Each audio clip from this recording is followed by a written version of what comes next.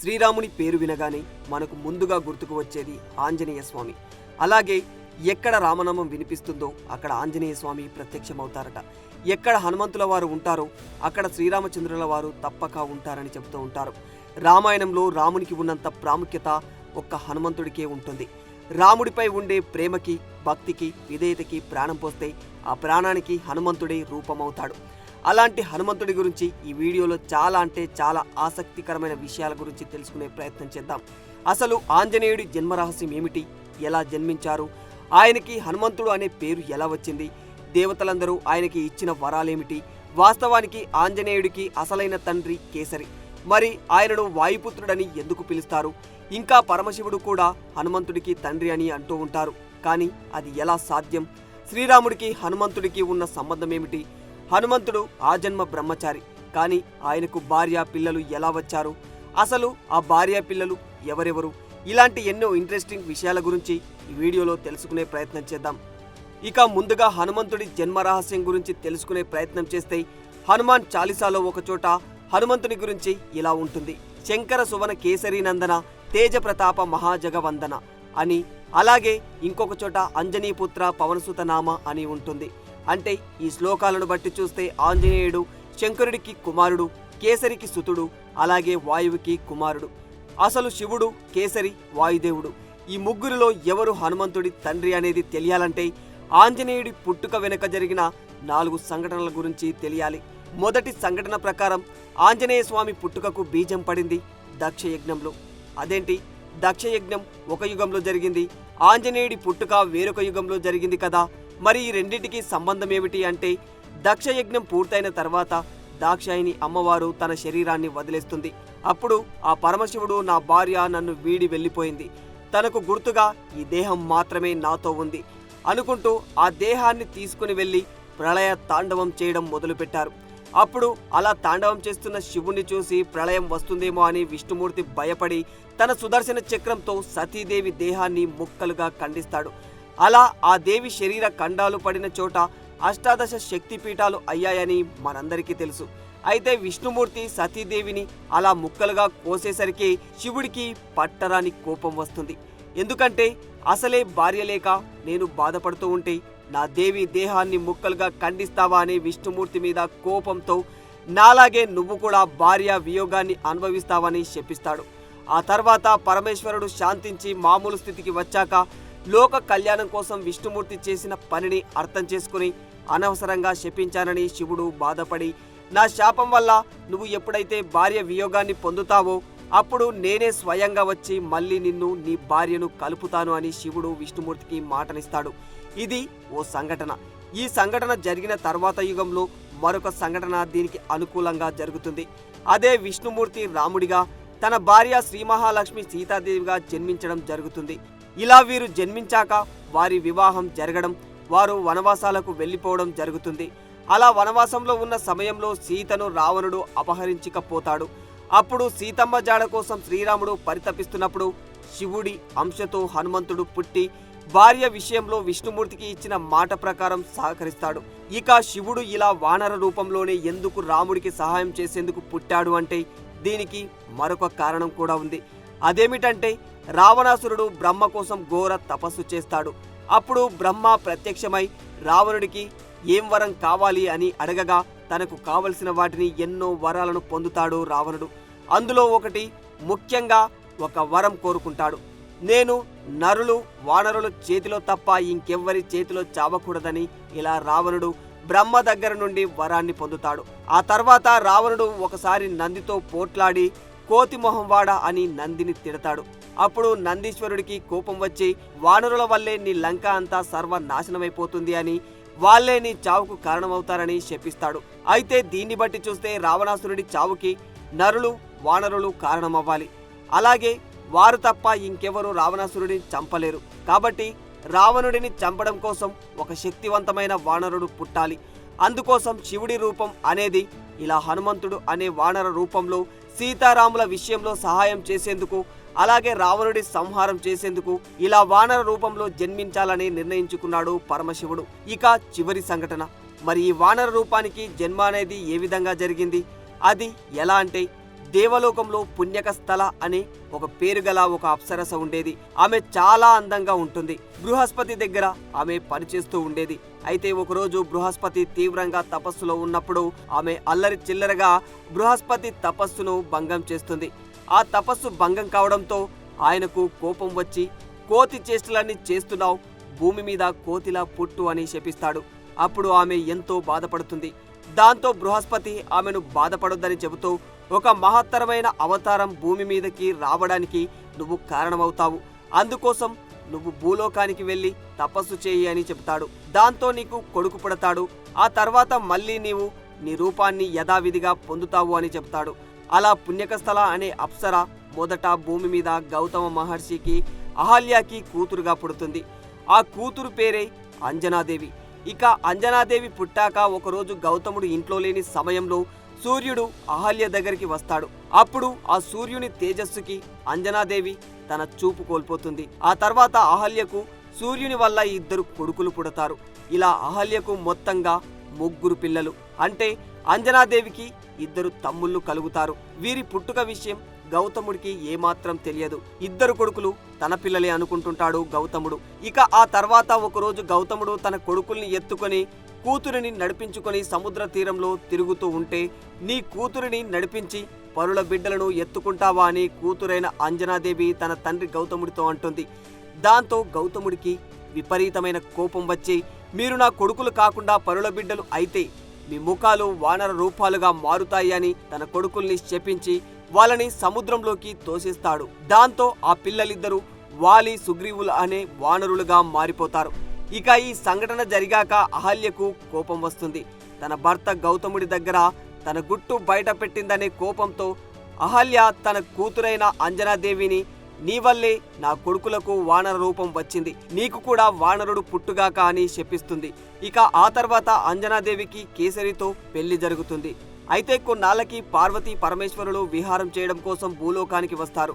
అప్పుడు పార్వతీదేవి కోతులు చెట్లపై ఆడుకోవడం చూసి మనం కూడా అలా ఆడుకుందామని శంకరునితో అంటుంది. దాంతో పార్వతీ పరమేశ్వరులు కూడా వానరులుగా మారిపోయి ఆడుకుంటారు. ఆ క్రమంలో పార్వతీదేవి గర్భవతి అవుతుంది. కానీ ఆమె ఆ శక్తిని భరించలేక, నేను ఈ తేజోవంతమైన గర్భాన్ని మోయలేకపోతున్నాను అని శివుడితో చెబుతుంది. అయితే ఇక్కడ పార్వతీదేవి శక్తిని భరించలేకపోవడం ఏమిటి అంటే, ఇక్కడ విషయం అది కాదు. ఆంజనేయ స్వామి పుట్టుక జరగాలి కాబట్టి ఈ లీల అంతా జరుగుతుంది. అలా పార్వతీదేవి గర్భాన్ని పరమేశ్వరుడు వాయుదేవుడికి ఇచ్చి అంజనాదేవి గర్భంలో ప్రవేశపెట్టమని చెప్తాడు. అప్పుడు వాయుదేవుడు అంజనాదేవిలోకి ఆ గర్భాన్ని ప్రవేశపెడతాడు. అలా అంజనాదేవికి ఒక కొడుకు పుడతాడు. అతని వానరుడైన ఆంజనేయుడు. ఈ విధంగా ఇన్ని రకాల సంఘటనలు జరిగాక ఆంజనేయుడి పుట్టుక అనేది జరుగుతుంది.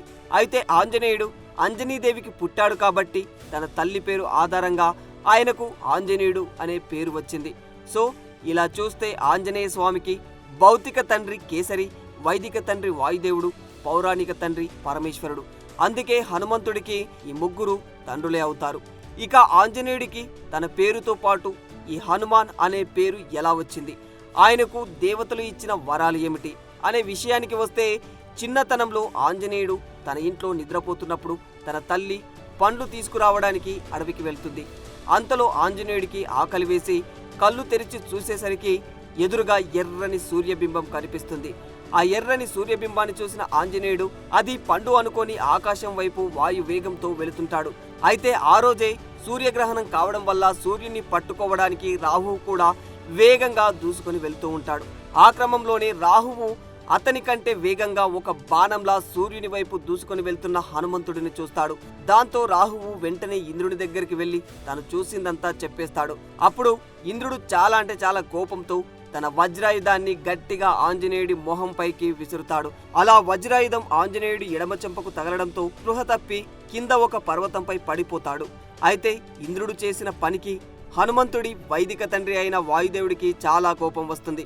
ఆ కోపంతో వాయుదేవుడు ఈ లోకంలో గాలి ఉండకూడదని గాలి మొత్తం ఆపేస్తాడు. దాంతో ప్రాణాలన్నీ గాలి లేక అల్లాడిపోతూ ఉంటాయి. ఇక ఇదంతా చూసిన దేవతలందరూ బ్రహ్మదేవుడి దగ్గరికి వెళ్ళి జరుగుతున్న ఘోరమంతా వివరిస్తారు. అప్పుడు ఆ బ్రహ్మదేవుడు ఆ బాల ఆంజనేయుడిని మళ్ళీ బ్రతికిస్తాడు. అది చూసిన వాయుదేవుడు సంతోషించి తిరిగి లోకాలన్నింటికీ గాలిని పంపించి అన్ని ప్రాణులను రక్షిస్తాడు. అయితే అదే సమయంలో బ్రహ్మ దేవతలందరికీ కూడా ఆంజనేయుడికి వరాలు ఇవ్వమని చెప్తాడు. అప్పుడు మొదటగా ఇంద్రుడు తన వజ్రాయుధం వల్ల ఆంజనేయుడు దవడ గాయపడింది కాబట్టి ఇప్పటి నుంచి నీవు హనుమంతుడవని చెప్తాడు. అలాగే హనుమాన్ అనే పేరు వచ్చింది. ఇక వజ్రాయుధం వల్ల నీకు మరణం కూడా ఉండదని ఇంద్రుడు ఆయనకు వరమిస్తారు. ఇక సూర్యుడు హనుమంతునికి సకల శాస్త్రాలు నేర్పిస్తానని మాటనిస్తాడు. వరుణుడు నీకు నీటి వల్ల చావు ఉండదని చెప్తాడు.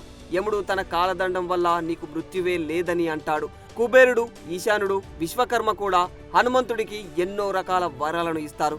ఇక బ్రహ్మ కూడా హనుమంతుడికి ఎంతో ఆయుష్ని ఇచ్చి బ్రహ్మాస్త్రం సైతం నిన్ను ఏమీ చేయలేదని చెప్తాడు. ఇలా వరుసగా ఎన్నో వరాలను హనుమంతుడు పొందుతాడు. ఇక ఆ తర్వాత సూర్యుడి దగ్గర హనుమంతుడు ఎన్నో విద్యలు నేర్చుకుంటాడు. అయితే ఈ సమయంలోనే పెళ్ళైన వారు మాత్రమే నేర్చుకునే ఒక విద్యను అభ్యసించడానికి సూర్యుడు తన కూతురైన సువర్చలను హనుమంతుడికి ఇచ్చి వివాహం చేయాలనుకుంటాడు. అయితే హనుమంతుడు బ్రహ్మచారి కాబట్టి ఆయన బ్రహ్మచార్య దీక్షకు ఎలాంటి నష్టం జరగకుండా ఉండేలా ఇదంతా లోక కళ్యాణం కోసం జరగాలనే ఉద్దేశంతో సూర్యుడు సువర్చలతో హనుమంతుడికి వివాహం చేస్తాడు. అయితే హనుమంతుడు ఎంతో శక్తి బలం ఉన్నవాడైనా కూడా ఆయనకి సహజంగానే వానర లక్షణాలు ఉండటం వల్ల ఎంతో అల్లరి చేస్తూ ఉండేవాడు. మునులు తపస్సు చేస్తున్నప్పుడు వాళ్ళని ఇబ్బంది పెట్టడం, అగ్నిహోత్రాలు ఆర్పేయడం లాంటి ఎన్నో అల్లరి పనులు చేసేవాడు. దాంతో మునులకు హనుమంతుడిపై కోపం వచ్చి నీ శక్తి గురించి నీకు ఎవరైనా గుర్తు చేస్తేనే తప్ప అప్పటి వరకు అది నీకు గుర్తుకు రాదని చెప్పి శపిస్తారు. అలా సూర్యుడి దగ్గర హనుమంతుని విద్యాభ్యాసం పూర్తయిన తర్వాత హనుమంతుడు గురుదక్షిణగా సూర్యుని కొడుకైన సుగ్రీవునికి మంత్రిగా ఉంటానని ఒప్పుకుంటాడు. ఆ తర్వాత హనుమంతుడు వాలి సుగ్రీవులతో కలిసి ఉండేవాడు. ఆపై జరిగిన వాలి సుగ్రీవుల వైరంలో వాలి నుండి రక్షణ కోసం సుగ్రీవుడు అడవులకు వెళ్ళిపోతాడు. అయితే వాలి కంటే హనుమంతుడు బలవంతుడు కాబట్టి హనుమంతుడు వాలిని ఓడించి సుగ్రీవుడిని రక్షించగలడు. కానీ మునుల శాపం వల్ల తన బలం తనకు తెలియక హనుమంతుడు కూడా సుగ్రీవుడితో పాటు అడవులకు పారిపోవాల్సి వచ్చింది. అదే సమయంలో రావణుడు అపహరించిన సీత కోసం రామలక్ష్మణులను వెతుక్కుంటూ అడవికి వెళ్తారు. అక్కడే అడవిలో ఉన్న సుగ్రీవుడు రామలక్ష్మణులను చూసి వాలి తనను వెతకడం కోసమే వీరిని పంపించాడు అని అనుకొని వారితో మాట్లాడి రావాలని హనుమంతుడిని పంపిస్తాడు. అలా మొదటిసారిగా హనుమంతుడు రాముడిని చూస్తాడు. ఆ తర్వాత వాళ్ళతో మాట్లాడి వాళ్ళు ఎందుకు అడవికి వచ్చారో తెలుసుకుంటాడు. అలా హనుమంతుడు సుగ్రీవుడు రామలక్ష్మణులతో స్నేహం చేస్తారు. ఇక ఆ తర్వాత అందరూ కలిసి సీతాదేవి కోసం వెతకడం మొదలు పెడతారు. ఆ క్రమంలోనే సీతమ్మ జాడ తెలుసుకున్న హనుమంతుణ్ణి రాముడు హత్తుకుంటాడు. అలా వారిద్దరి మధ్య సంబంధం మరింత బలపడుతుంది. అయితే రాముడు లంక నుండి సీతాదేవిని తీసుకుని రావడానికి ముందుగా అక్కడి పరిస్థితులు తెలుసుకోవడం కోసం హనుమంతుడు లంకకు వెళ్తాడు. అక్కడ రావణుడితో జరిగిన గొడవలలో హనుమంతుడు లంకను తగలబెడతాడు. అందుకే హనుమంతుడిని అందరూ చూసి రమ్మంటే కాల్చి వచ్చాడు అంటారు. ఇక లంకా దహనం తర్వాత హనుమంతుడు తన ఉద్రేకాన్ని తగ్గించుకోవడం కోసం ఇంకా తన శరీరం చల్లబరుచుకోవడానికి సముద్రంలో మునుగుతాడు. అప్పుడు అతని శరీరం నుండి వచ్చిన చెమట చుక్క సముద్రంలో ఒక చేప మింగుతుంది. దాంతో ఆ చేపకి మకరధ్వజుడు అనే కుమారుడు జన్మిస్తాడు. అలా బ్రహ్మచారి అయిన ఆంజనేయుడికి మకరధ్వజుడు అనే ఒక కొడుకు పుడతాడు. అలా హనుమంతుడు తిరిగి రాముడి దగ్గరికి వచ్చి లంకలో తాను చూసినవన్నీ రాముడితో చెప్తాడు. ఆ తర్వాత సీతను తీసుకురావడం కోసం రాముడు, హనుమంతుడు, మిగతా వానర సైన్యం అంతా కలిసి రామసేతు మీదుగా లంకకు వెళతారు. అక్కడ వానర వీరులకు లంకలో ఉన్న రాక్షస సేనకు మధ్య భయంకరమైన యుద్ధం జరుగుతుంది. ఆ యుద్ధంలో ఇంద్రజిత్తు వేసిన అస్త్రానికి లక్ష్మణుడు స్పృహ కోల్పోతాడు. అలాగే ఎంతో మంది వానరులు కూడా గాయపడిపోతారు. వాళ్ళందరినీ కాపాడడం కోసం హనుమంతుడు సంజీవని ఔషధం కోసం హిమాలయ పర్వతం మీద ఉన్న ఔషధ పర్వతానికి వెళతాడు. అక్కడ సంజీవని ఔషధం కోసం వెతికితే ఎక్కువ సమయం పడుతుందని ఏకంగా సంజీవని పర్వతాన్ని తీసుకుని వచ్చి యుద్ధంలో గాయపడిన వారందరినీ కాపాడతాడు. ఇక్కడ హనుమంతుడికి శ్రీరాముడిపై ఎంత భక్తి ఉందో ఈ సంఘటన ద్వారా మనం తెలుసుకోవచ్చు. ఇక ఈ యుద్ధం తర్వాత అందరూ అయోధ్యకు చేరుకుంటారు. ఆపై వైభవంగా రాముడి పట్టాభిషేకం కూడా జరుగుతుంది. ఆ సమయంలో సీతాదేవి తన మెడలో ఉన్న ఎంతో విలువైన ముత్యాల హారాన్ని తీసి హనుమంతుడికి ఇస్తుంది. హనుమంతుడు ఆ దండను చూసి ఇదొక పిచ్చి దండ అని దాన్ని తుంచి పడేస్తాడు. తనతో సభలో ఉన్న అందరికీ ఎంతో కోపం వస్తుంది. అప్పుడు హనుమంతుడు శ్రీరాముడు లేని ఈ దండ నాకెందుకని అంటాడు. అప్పుడు లక్ష్మణుడికి ఇంకా కోపం వచ్చి అయితే నీలో రాముడు ఉన్నాడా అని అడుగుతాడు. అలా అడిగిన వెంటనే హనుమంతుడు తన గుండెల్ని చీల్చి మరీ చూపిస్తాడు. అప్పుడు ఆ గుండెలో ఉన్న సీతారాములను చూసి సభలో ఉన్న వారంతా ఆనంద ఆశ్చర్యాలకు పరవశించిపోతారు. ఇక ఇంకొక విషయం ఏమిటంటే, మనమంతా హనుమంతుణ్ణి సింధూర వర్ణ విగ్రహాన్ని ఏదో ఒక చోట చూసే ఉంటాం. అయితే ఎక్కువగా హనుమంతుని విగ్రహం పచ్చగా కానీ సింధూర వర్ణంలో కానీ కనిపిస్తూ ఉంటుంది. ఆయన సహజంగా పచ్చ రంగులోనే ఉంటాడు. కానీ హనుమంతుడు సింధూర వర్ణంలో ఉండటానికి మాత్రం ఒక కథ ఉంది. అదేంటంటే, ఒకరోజు హనుమంతుడు సీతాదేవి తన నుదుటిపై సింధూరం పెట్టుకోవడం చూసి ఎందుకు ఇలా సింధూరం పెట్టుకుంటున్నారు అని ఆమెను అడుగుతారట. దాంతో సీతాదేవి రాముడిపై తనకున్న ప్రేమకు గౌరవంగా ఆ సింధూరాన్ని రాసుకుంటున్నట్లు వివరిస్తుంది. దాంతో రామునిపై తన భక్తి నిరూపించుకోవడానికి హనుమంతుడు తన శరీరం మొత్తాన్ని సింధూరంతో కప్పుతాడు. అందుకే హనుమంతుడి భక్తికి రాముడు తన సోదరులకు కూడా చూపించని ప్రేమను ఆయనపై చూపిస్తాడు. ఇక హనుమంతుడి గురించి తెలుసుకోవాల్సిన మరో విషయం ఏమిటంటే, ఆంజనేయ స్వామి ఉత్సవాలప్పుడు కానీ స్వామిని తలుచుకున్నప్పుడు కానీ చాలా మంది భక్తితో జై బజరంగ బలి అని అంటూ ఉంటారు. కానీ నిజానికి అది బజరంగ బలి కాదు, అది జై వజ్రంగ బలి. అంటే వజ్రం లాంటి శరీరంతో ఉన్న ఆయనకు జయము అని అర్థం. కానీ కొన్ని ఉత్తరాది భాషల్లో వా బదులు బా పలుకుతూ ఉంటారు. అందుకే వజ్రంగ కాస్త బజరంగగా మారిపోయింది. ఇక హనుమాన్ జయంతిని 2 రోజులు జరుపుకుంటూ ఉంటారు. ఎందుకంటే కొన్ని క్యాలెండర్లలో చైత్ర పౌర్ణమి రోజు ఆయన జన్మించారని ఉంటుంది. ఇంకొన్ని క్యాలెండర్లలో వైశాఖ బహుళ దశమి రోజు ఆయన జన్మించారని రాసి ఉంటుంది. అయితే అసలు ఈ రెండింట్లో ఏది కరెక్ట్ అంటే ఈ రెండూ కరెక్టే. ఎందుకంటే ఆంజనేయ స్వామి చరిత్రలో ఆయన పుట్టింది ఒక తిథిలో, తర్వాత ఆయన సూర్యుడి కోసం పైకి వెళ్లి కింద పడిన తర్వాత బ్రహ్మగారు తిరిగి బ్రతికించింది ఇంకొక తిథిలో. అవే ఈ 2 తిథులు. కాబట్టి ఈ 2 రోజుల్లో ఎప్పుడైనా హనుమాన్ జయంతిని జరుపుకోవచ్చు. ఇక ఆనాడు హనుమంతుడు లేకుంటే రాముడు రావణుడిని జయించడం అనేది చాలా అంటే చాలా కష్టమైన పనే. ఆయనకున్న నిజాయితీ, మానవత్వం, బలం, జ్ఞానం, భక్తి మనం ఇంకెవరిలోనూ చూడలేం. అందుకే హనుమంతుడి జీవనం మనందరికీ ఆదర్శప్రాయం. For more videos like this, subscribe Big TV channel.